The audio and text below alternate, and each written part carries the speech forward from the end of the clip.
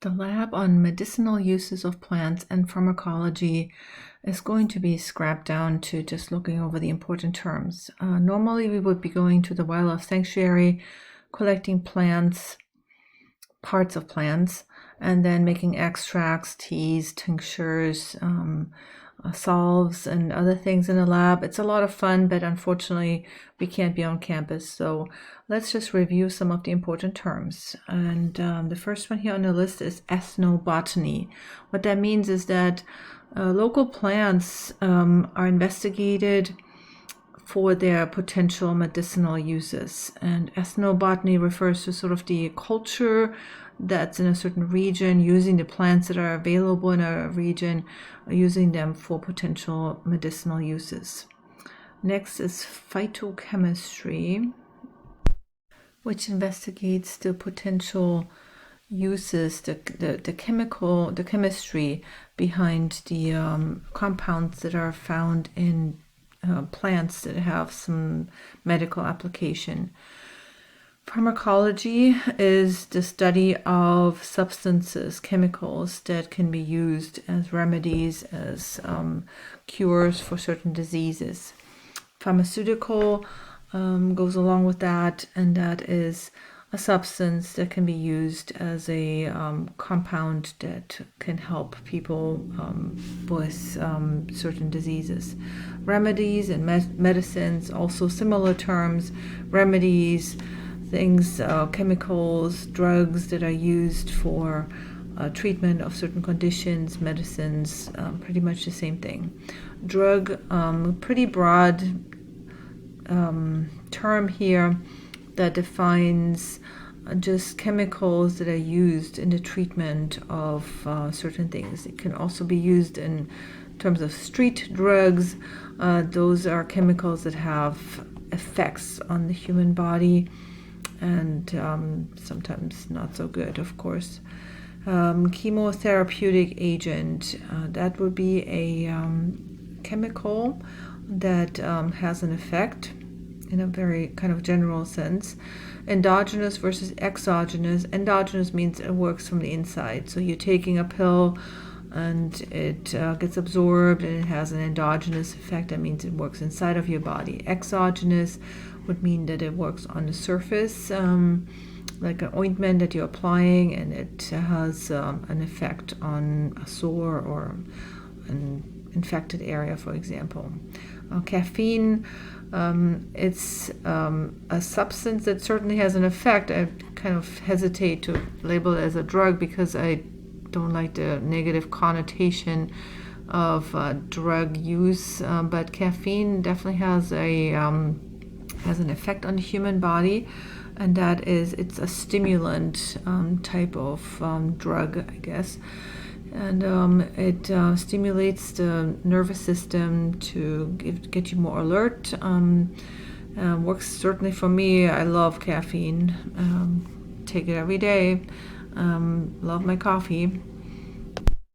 Then synthetic products, those are made in a lab. Synthetic means that somebody in a chemistry lab produced the stuff. Botanicals are coming straight up from plants.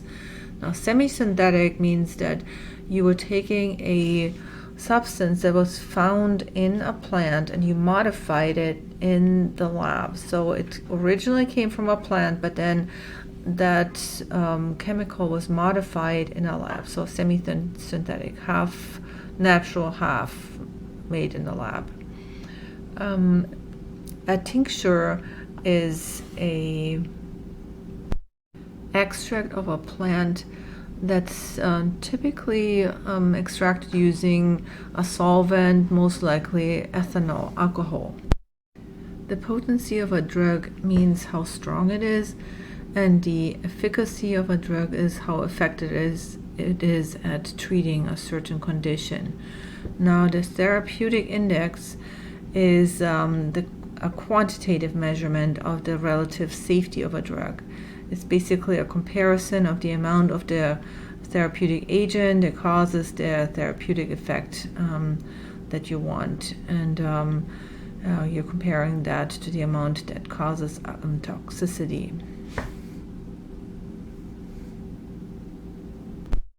Now, bioavailability is that's a big issue when it comes to pharmaceuticals, because there may be a drug and it's wonderful and it's acting great in cell cultures and producing the wanted effect, but it doesn't work in people because of bioavailability. Now, it means how much of the substance is actually absorbed and gets to the place where it's supposed to work. So bioavailability is always of concern when you have a new drug, for example, and you want to make sure that it works as intended, because you need to deliver the substance to the place where it will be helpful. Side effects are unwanted effects of a drug. Sometimes they can be used in off-label uses, so sometimes you have a side effect that's actually wanted. For example, you may have an anti-allergy drug or substance that works to reduce histamine effects that you would have in an allergy, like the sneezing and teary eyes and things like that. So, but the same substance may make you really tired, and then the tiredness, sleepiness will be a side effect, but then you might be able to use the side effect as an off-label use and say, okay, I'm going to take this same medication to help me fall asleep. And sometimes it works pretty well, other times the side effects are really unwanted and you can't use it for anything else. Toxicity is a term that we use to describe how much damage a drug can do. There could be liver toxicity, kidney toxicity. Depending on how the drug is processed in the human body, you could cause damage to certain organ structures. Mainly it would be the liver or the kidneys, and of course it's unwanted. A dosage effect, that refers to the amount of a drug that's present and the effect that that amount of a drug has. Downregulation, upregulation refers to how the human body responds to a certain drug.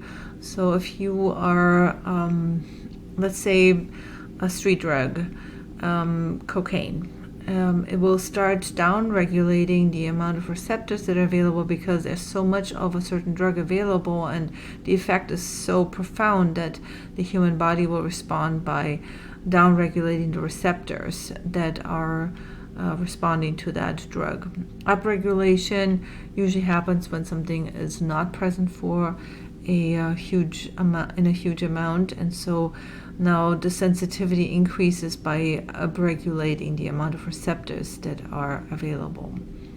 Accumulation is something that sometimes happens especially when you have lipid-soluble drugs. They will accumulate in fatty tissues, and it takes a while to process them. That can happen with certain drugs. Usually water-soluble stuff is, the human body can get rid of it pretty quickly, but fat-soluble stuff may accumulate and can cause problems. Ricin, that is a very potent drug. It's found in castor beans, and it's pretty toxic because it inhibits protein synthesis in cells, and if cells can't make proteins, they're gonna die. So this drug is highly toxic, but it actually does have a pharmaceutical application, and that is if you are delivering ricin to cancer cells, they're going to die too, and so it's used as a chemotherapeutic agent for the treatment of cancers. Salicylic acid, that is an analgesic, and it's the basic compound that you would find in aspirin, one of the oldest painkillers that are out there. It's found in various kind of plants actually, and it's of course has analgesic properties, that means pain-killing properties, and also anti-inflammatory properties. Flavonoids are found in many plants. They usually give fruits their colors, mostly yellow, orange, reddish kind of colors, but they have some medicinal properties. Tannins, those are usually the bitter substances. So let's say you were to eat some unripe grapes, you would have this kind of bitter taste and this more texture type of forming taste in your mouth. That comes from the tannins. It's also used as a preservative and to process animal hides. Hallucinogen is a substance that gives you a perception of something that's not there. And certain mushrooms, they have that property. It's also used in certain street drugs like LSD. They are hallucinogens that give you the perception of seeing something or experiencing something that's actually not there. Analgesic properties are properties of pain-killing properties. And physiological versus pharmacological effect. So physiological means it refers to the functioning of the human body. Pharmacological effect, you're just looking at the how a drug works and produces its effect on certain cells. Off-label use is when you're using a side effect as a main effect. The example previously was a anti-allergy medicine that you're using to fall asleep because it makes you tired, and so now you're using it off-label as a sleep medication. And myogenic has an effect on muscle tissue. Mainly it would have an effect on blood vessel diameter. It could increase or decrease blood vessel diameter and therefore increase or decrease blood pressure. Be sure to review these terms because there will be about half of the questions on the next quiz will be from the terms on this lab. So besides the terms, I want you to review certain drugs that are important. For example, caffeine. You should know that it's a stimulant drug. You don't need to know the formula, but you need to know that it's a stimulant. You should also know salicylic acid. That's the basic structure that's used for the for manufacturing of the drug aspirin, which is a painkiller and anti-inflammatory drug. So you should know about salicylic acid. It's found in certain plants, and it has this analgesic property, meaning pain-killing property. Also of interest would be knowing about ricin. That is in the castor bean, so let's see where that is. And you should also know about, okay, so here is the castor bean, and that was the plant where they first extracted ricin from, and which is a cell toxin that inhibits protein synthesis. Another one that you should know about is a nightshade. You might remember this from the movie the Hunger Games, and there they were talking about nightshade, or they call it nightlock there.